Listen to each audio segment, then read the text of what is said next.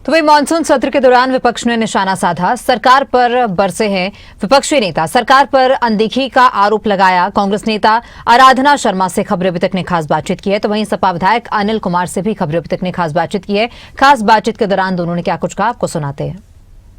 सदन का दूसरा दिन था, लेकिन सदन कल तक के लिए स्थगित कर दी गई। हमारे साथ आराधना मिश्रा जी हैं, और जिस प्रकार से मुख्यमंत्री जी ने कहा कि विपक्ष ने हंगामा किया इसलिए स्थगित करना पड़ा, क्या लगता है? देखिए, ये विषय ऐसा था जो कि लोक महत्व का विषय था।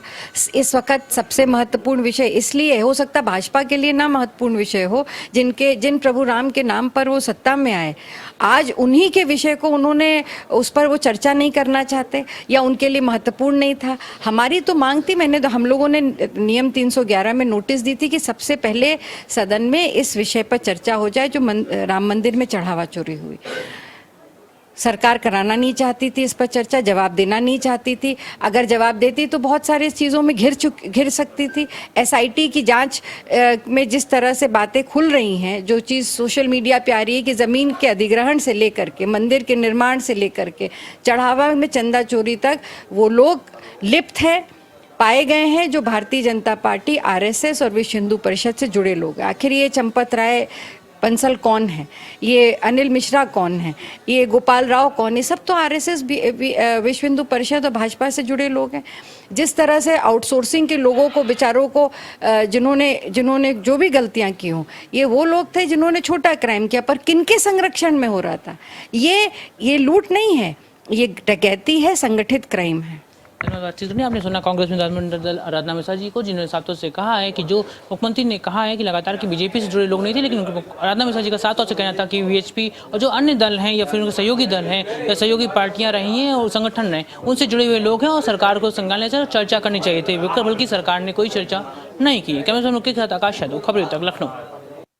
हमारे साथ बातचीत करें सपा विधायक अनिल जी हैं। अनिल जी, जिस प्रकार देखा जाए तो योगी जी ने साफ तौर से कहा कि जो है सत्ता पक्ष तो चर्चा करने तैयार है, विपक्ष तैयार नहीं है। आप लोग किसी वॉकआउट कर रहे थे और लगातार वेल में जाके प्रदर्शन कर रहे थे। ऐसा ना, बीजेपी का यही दुर्भाग्य रहा है कि चाहे सड़क के सदन के अंदर हो या सदन के बाहर हो, इनसे ज़्यादा झूठ बोलने में कोई माहिर आदमी हो नहीं सकता। सवाल ये है कि लगातार बातें पूरे प्रदेश में, देश में और जहाँ जहाँ जो सनातनी लोग हैं, लगातार इस बात की चर्चा उठ रही थी और लगातार लोगों का कि जो चढ़ावा था, जो बहुत बड़ी संख्या में था, मैं समझता हूँ कि हज़ारों करोड़ की संख्या में था, और जिस तरह से वो बातें आई, पूरे देश और प्रदेश के लोग ये जानना चाहते हैं, सनातन धर्म के लोग जानना चाहते हैं कि आखिर जो हमने भगवान राम की आस्था पर चंदा दी वो उसका कहाँ उपयोग हुआ। आनन फानन में बिना FIR कराए SIT बनाना, और जो कुछ 2-4 कर्मचारियों को ऐसे पकड़ के इक्का दुक्का पकड़ के जो बड़े मठाधीश थे या जो चंदा चोरी के जो मेन लोग थे, उनको बचाने का काम सरकार द्वारा किया गया, SIT में किया गया। समय समय पर समाचार पत्रों और अन्य माध्यम से देखा होगा जो बड़े नाम हैं वो किस तरह से आज भी बचे हुए हैं। आज ही अभी न्यूज़ में आया है कि जो राम मंदिर बनना था, उसमें पहले शुरुआती जो था उसमें लगभग ये था कि 800 करोड़ बनना, उसके बाद वो 2200 करोड़ पहुँच गए, अर्थात मतलब हज़ारों करोड़ का घोटाला हुआ। तो वो जो बात थी, हमारे नेता विरोधी दल, उन्होंने 311 के तहत के एक नोटिस दी थी कि कम से कम राम मंदिर जो ये मामला हुआ उस पर चर्चा करा ली जाए सदन में।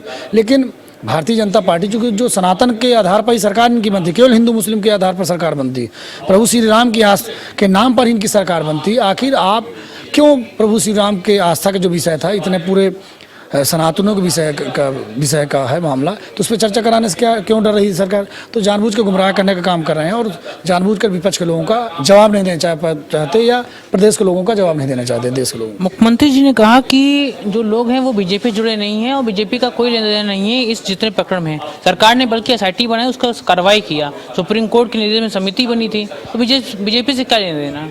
प्रदेश के अंदर इतना बड़ा भ्रष्टाचार हुआ और उस पर चर्चा, दूसरी विषयों पर जब चर्चा होती तो सदन के अंदर कम से कम इस बात को आना चाहिए। और क्या हुआ क्या नहीं हुआ, वो जो बुद्धिजीवी व्यक्ति वो जानते और समझते हैं। सरकार की रिस्पॉन्सिबिलिटी होती है, प्रदेश के अंदर इतना बड़ा हुआ। अगर आप केवल राम मंदिर सरकार बनाने पे नाम पर बोलते हो, जब वोट मांगने जाते तब तो आप बोलोगे कि जो है राम मंदिर ये करना है, फला भगवान के नाम पे आस्था के नाम पर बात करते हो, तो फिर क्यों आप बात? तो ये आस्था का जुड़ा विषय था, कम से कम उस पर सही बातें होनी चाहिए। और ये पूरे देश के लोगों ने देखा, प्रदेश के लोगों ने देखा कि बिना FIR के SIT गठित कर दिए गए। जो बड़े लोग थे, जो मठाधीश थे, जो बीजेपी और आरएसएस को लोग चंदा देने का काम करते, तो उनको बचा दिया गया, और जो इक्का दुक्का वाले आदमी थे उनको नामजद कर दिया गया। यहाँ तक कि बाद में भी जो रिपोर्ट यहाँ पर प्रेषित हुई चीफ सेक्रेटरी या जो प्रमुख सचिव गृह के पास, उसमें जो बड़े लोग थे, जो इन्वॉल्व थे, उनको बचाने का काम भी प्रदेश सरकार के संरक्षण में हुआ है।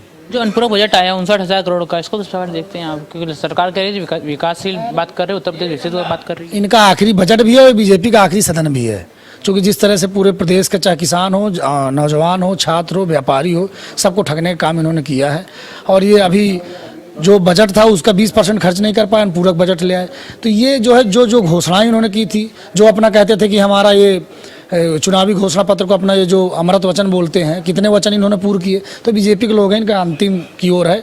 वो होता ना, जब फड़फड़ा रहे हैं केवल जो दीपक की ओर है, बाकी पूरे प्रदेश के लोगों ने ठान लिया है। किसान हो चाहे, आज देखिए प्रदेश में, मैं चित्रकूट जिले से आता हूँ, हमारे यहाँ इतनी भयंकर लो वोल्टेज की समस्या कोई सुनने के लिए तैयार नहीं है।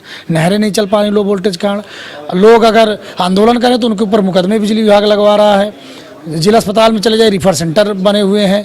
तो इस तक तमाम सारी चीज़ें पूरी तरह से बीजेपी फेल है। खाद के लिए चले जाओ, लाठियाँ मिल रही, खाद नहीं आसानी से मिल पा रही हैं। तो जो भी बुनियादी चीज़ें हैं उस पर बीजेपी के लोग कहीं ना कहीं पीछे हैं। और अभी आप देखेंगे एक बात, अभी दिल्ली में जो हुआ, वो अभी कल का जो चुनाव परिणाम आया, वो उसने बीजेपी को दिखा दिया। हाँ, अब ये है कि जब ये ईडी पीडी सीबीआई का दुरुपयोग करते हैं तो अलग बात है, लेकिन जनता ने मन बना ली है 27 में समाजवादी पार्टी की सरकार बनेगी उत्तर प्रदेश। धन्यवाद बातचीत करने के लिए। आपने सुना सपा एमएलए अतुल प्रधान जी को, जिन हिसाब से कहा है कि सरकार सिर्फ चर्चा नहीं करना चाहती, सिर्फ वो बात कह रही है। हमने पहले मांग की थी चर्चा हो, राम मंदिर को लेकर तमाम सवाल थे, लेकिन बिल्कुल भी चर्चा करना के लिए तैयार नहीं है। वही सत्ता पक्ष कह रही है हम चर्चा के लिए तैयार है। ये देखना होगा जब कल सदन शुरू होगा तो कल फिर एक बार सदन सुचारू रूप से चल पाएगा या फिर कल फिर विरोध होगा। कमेंट के साथ आकाश यादव, खबरें तक लखनऊ।